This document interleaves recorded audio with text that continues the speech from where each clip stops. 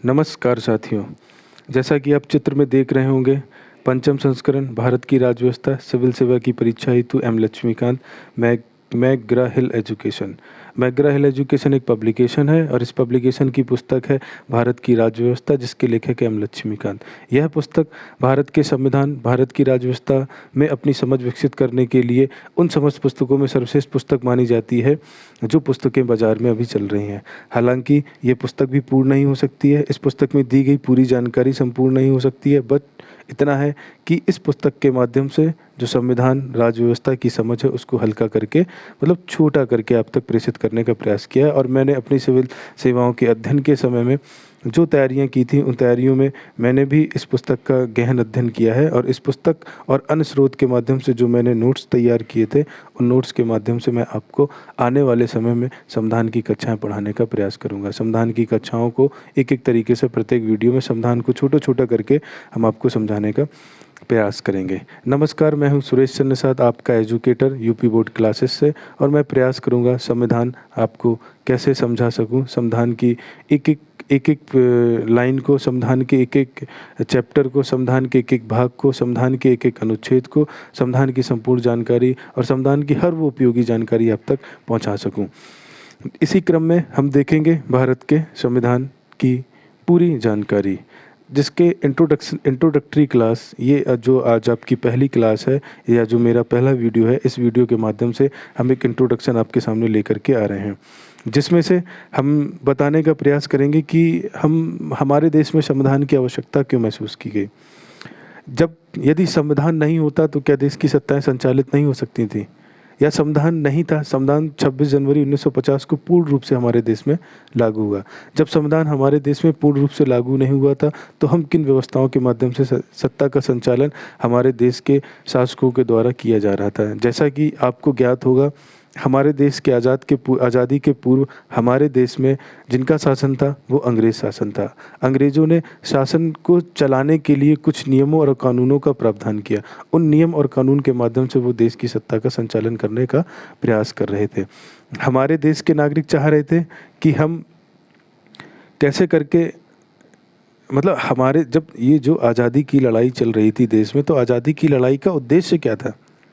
जैसे मान लीजिए मैं ही आपसे पूछ लूँ कि भारत देश की आज़ादी की लड़ाई का उद्देश्य क्या था, तो आज़ादी की लड़ाई का उद्देश्य प्रमुख कुछ बिंदुओं से स्पष्ट कर सकते हैं। पहला ये था कि हम भारत के लोग ये कहना चाह रहे थे कि जो भी सत्ता का संचालन है वो हम भारतीय करेंगे। अंग्रेज़ों से हम विनती के माध्यम से, सत्याग्रह के माध्यम से, विरोध प्रदर्शन के माध्यम से, या फिर बार बार हम उनसे इस बात का आग्रह कर रहे थे कि आप हमारे देश की सत्ता का संचालन मत करिए, हम अपने देश के संविधान का निर्माण करेंगे और संविधान के माध्यम से सत्ता का संचालन करेंगे। जी हाँ, संविधान का निर्माण करेंगे। संविधान का निर्माण करने से क्या आशा है, संविधान है क्या, उसी संविधान को हम पढ़ने की कोशिश करेंगे कि ये संविधान वास्तविकता में है क्या। संविधान एक विधान है, संविधान एक व्यवस्था है, संविधान एक विधान है, संविधान एक व्यवस्था है। संविधान नियमों का, प्रावधानों का, कानूनों का संग्रह है कि हम किस प्रकार से अपने देश की सत्ता का संचालन करना चाह रहे हैं,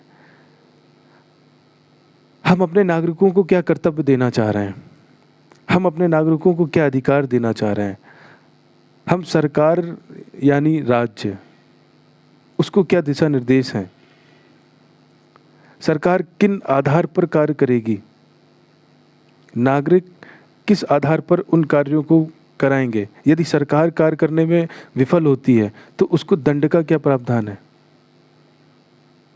या फिर सरकार जो नीति निर्देशक तत्व में दी गई नीतियां हैं उनको संचालित करने में अगर विफल रहती है तो क्या दंड का प्रावधान है या नहीं है, या फिर जो हमको मूल अधिकार प्राप्त है, हमको मतलब जनता को, जनता का मतलब नागरिक को जो मूल अधिकार प्राप्त हैं, क्या उन मूल अधिकारों की प्राप्ति या जो मूल अधिकार हैं उनके पास में, उनका हनन तो नहीं हो रहा है। यदि उसका हनन होता है तो फिर वो कहाँ जाएंगे, किसके पास जाएंगे, न्यायालय के पास में जाएंगे। न्यायालय की कार्य प्रणाली क्या है, न्यायालय कैसे कार्य करता है, न्यायालय में न्यायाधीश के निर्वाचित होने की क्या प्रक्रिया है, न्यायालय का न्यायाधीश किस तरीके से कार्य करेगा। हमारे देश का राष्ट्रपति कैसे निर्वाचित होगा? हमारे देश के राष्ट्रपति के पास में क्या अधिकार होंगे? हमारे देश की संसद का निर्माण कैसे होगा? संसद के 2 सदन हैं, लोकसभा, राज्यसभा। संसद के इन दोनों सदनों का निर्वाचन की प्रक्रिया क्या है? इन संसद के दोनों सदनों का कार्यकाल क्या है? हमारे देश की बजट व्यवस्था का प्रबंधन कैसे होता है? हमारे देश की अर्थव्यवस्था कैसे चलेगी? हमारे देश की प्रमुखता में कौन बिंदु होंगे? हमारे देश की सत्ता की संचालन में हमारा ध्यान का केंद्र क्या होगा?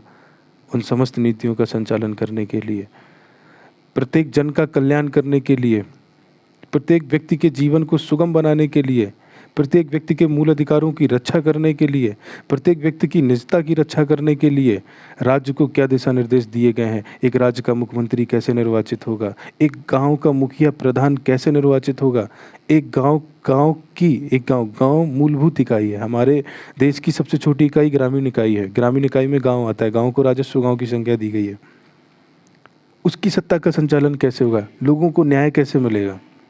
इन सारे विषयों का अध्ययन करने के लिए जब हम संविधान की जानकारी से परिपक्व हो जाएंगे, जब हम संविधान की समझ विकसित कर लेंगे अपने मस्तिष्क में, जब हम समझ जाएंगे कि हमारे देश का संविधान है, विधान है, विधि है, व्यवस्था है, इसके माध्यम से देश की सत्ता का संचालन हो रहा है और हम कैसे नागरिक हैं।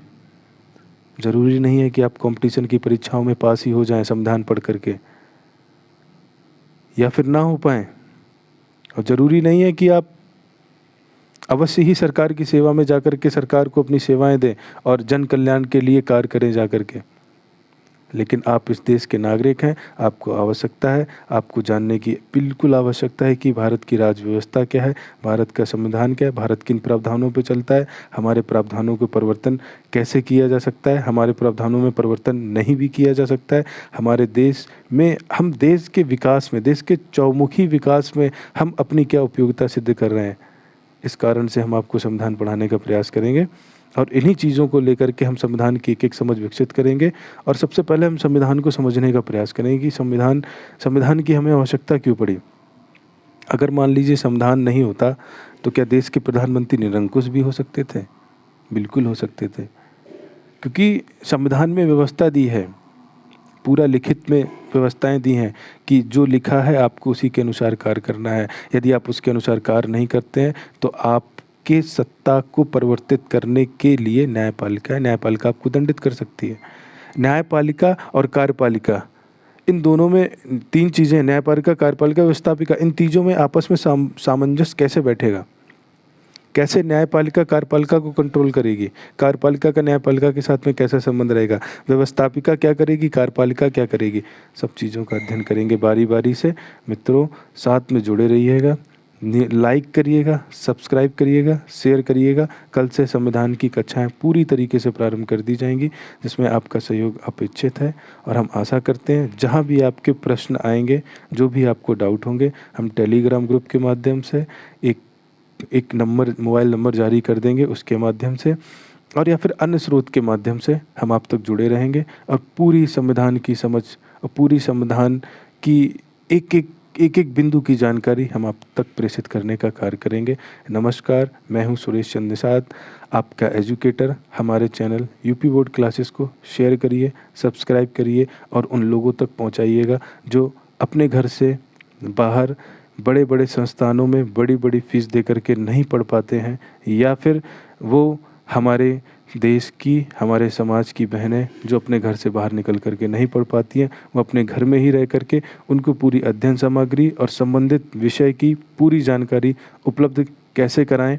ये हमारा प्रथम कर्तव्य है। हमारा प्रथम कर्तव्य सिर्फ इतना है कि किसी भी विषय की समझ प्रत्येक व्यक्ति तक पहुंच सके और प्रत्येक व्यक्ति एक अच्छी समझ के साथ में हमारे अच्छे देश के निर्माण करने के लिए आगे खड़ा हो और एक अच्छे मस्तिष्क का जन्म दे सकें, अच्छी व्यवस्था को हम स्वीकार कर सकें और अच्छी व्यवस्था के जन्मदाता हम में से आप बने। देश हमारा है, हम देश के नागरिक हैं और इन्हीं कर्तव्यों के साथ में ये सारी कक्षाएं सब निःशुल्क चलेगा, कहीं कोई पैसा नहीं लेगा, सब फ्री रहेगा और हम पूरी तरीके से समर्पित हैं। 100% तरीके से हम भारतीय संविधान पढ़ाने के लिए समर्पित हैं और हम आपको संविधान पढ़ाएंगे। इस चित्र पर देखिएगा, इस पे 2 चित्र नज़र आ रहे हैं। एक तो पहला ये चित्र नज़र आ रहा है आपको, ये वाला, और ये चित्र नज़र आ रहा है आपको, और एक ये चित्र नज़र आ रहा है आपको। ये आपस में ये चित्र हैं, ये भी अपने आप में एक बहुत बड़ी उपयोगिता रखते हैं। ये हमारे संसद भवन की बिल्डिंग है, जहाँ पर कानून बनता है। इस कानून के माध्यम से हम लोग चलते हैं। यहाँ पर बैठे हुए जो लोग होते हैं ना, ये निर्णय लेते हैं। इसकी कार्यवाही कैसे होती है? इसमें संसद जा कर के क्या कार्य करता है? सांसद क्या काम करता है जा कर के? सांसद का कर्तव्य क्या है? क्या वो सांसद पूरी ईमानदारी से, जिसको आप निर्वाचित करते हैं, वो अपने कर्तव्यों का निर्वहन करता है या नहीं करता है? तो फिर हम ऐसे व्यक्ति को क्यों निर्वाचित करते हैं? ये राष्ट्रपति जी का भवन है। यहाँ पर राष्ट्रपति जी बैठा करते हैं। यहाँ पे हमारे राष्ट्रपति जी बैठा करते हैं। राष्ट्रपति का क्या रोल है? राष्ट्रपति है, ये वो हमारे राष्ट्र का प्रमुख है। उसके क्या कर्तव्य हैं? यहाँ जो बैठा हुआ व्यक्ति प्रधानमंत्री होते हैं, वो राष्ट्र के संवैधानिक प्रमुख, एक संवैधानिक प्रमुख हैं और एक 2 प्रकार के प्रमुख हैं। एक राष्ट्र प्रमुख है, एक संवैधानिक प्रमुख है। एक वास्तविक प्रमुख है, एक संवैधानिक प्रमुख है। यही व्यवस्था राज्यों में भी पालन की गई है। राज्य में राज्यपाल होता है, राज्य में मुख्यमंत्री होता है।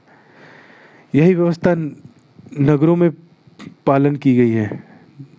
जैसा कि आप फिर पढ़ेंगे, नगरीय प्रशासन के बारे में पढ़ेंगे। नगरीय प्रशासन के बारे में जब आप अध्ययन करेंगे तो आप पाएंगे कि नगर की व्यवस्था कैसे संचालित हो रही है, नगर की व्यवस्था कैसे संचालित हो रही है, गांव की व्यवस्था कैसे संचालित हो रही है, देश की व्यवस्था कैसे संचालित हो रही है और राज्य की व्यवस्था कैसे संचालित हो रही है। आप सबके बारे में अध्ययन करेंगे। ये व्यवस्थाओं का ही तो संचालन है। देश, गांव, राज्य। फिर आ जाएगा आपका नागरिक। नागरिक कौन है? अभी आप देख रहे होंगे एनआरसी चल रहा था, तो एनआरसी क्यों लाया गया? नागरिकों की पहचान करने के लिए। नागरिकता आपको कैसे प्राप्त होगी? जो नागरिकता है आप कैसे हासिल करेंगे और कैसे आपकी नागरिकता जा सकती है? आपके पास में क्या अधिकार है? आपके पास क्या अधिकार है? सिर्फ वोटिंग का अधिकार है या फिर और कोई अधिकार है? आपके पास मूल अधिकार है। राज्यों को क्या निर्देश दिए गए? निर्देश किसको? राज्यों को। राज्य कौन होगा? राज्य देखेंगे हम, राज्य क्या होगा। राज्य को निर्देश क्या है कि ये क्या करेगा, क्या नहीं करेगा। मौलिक कर्तव्य क्या है आपके? मौलिक कर्तव्य क्या है आपके? आपको किन कर्तव्यों का पालन करना है? प्रधानमंत्री कैसे चुना जाएगा? प्रधानमंत्री कैसे चुना जाएगा? राष्ट्रपति कैसे चुना जाएगा? राज्यपाल कैसे चुना जाएगा? क्या कार्य करेगा? इन सब चीज़ों की समग्र जानकारी सुव्यवस्थित ढंग से हम आप तक प्रेषित करने का कार्य करेंगे। हमारे चैनल को ज़्यादा से ज़्यादा लोगों तक पहुंचाइएगा। ज़्यादा से ज़्यादा उन लोगों तक पहुंचाने का कार्य करिएगा जो व्यक्ति वास्तविकता में किसी कारणवश पढ़ नहीं पा रहे हैं या फिर किन्हीं कारणों की वजह से वो घर से बाहर जाकर के अध्ययन नहीं कर सकते हैं।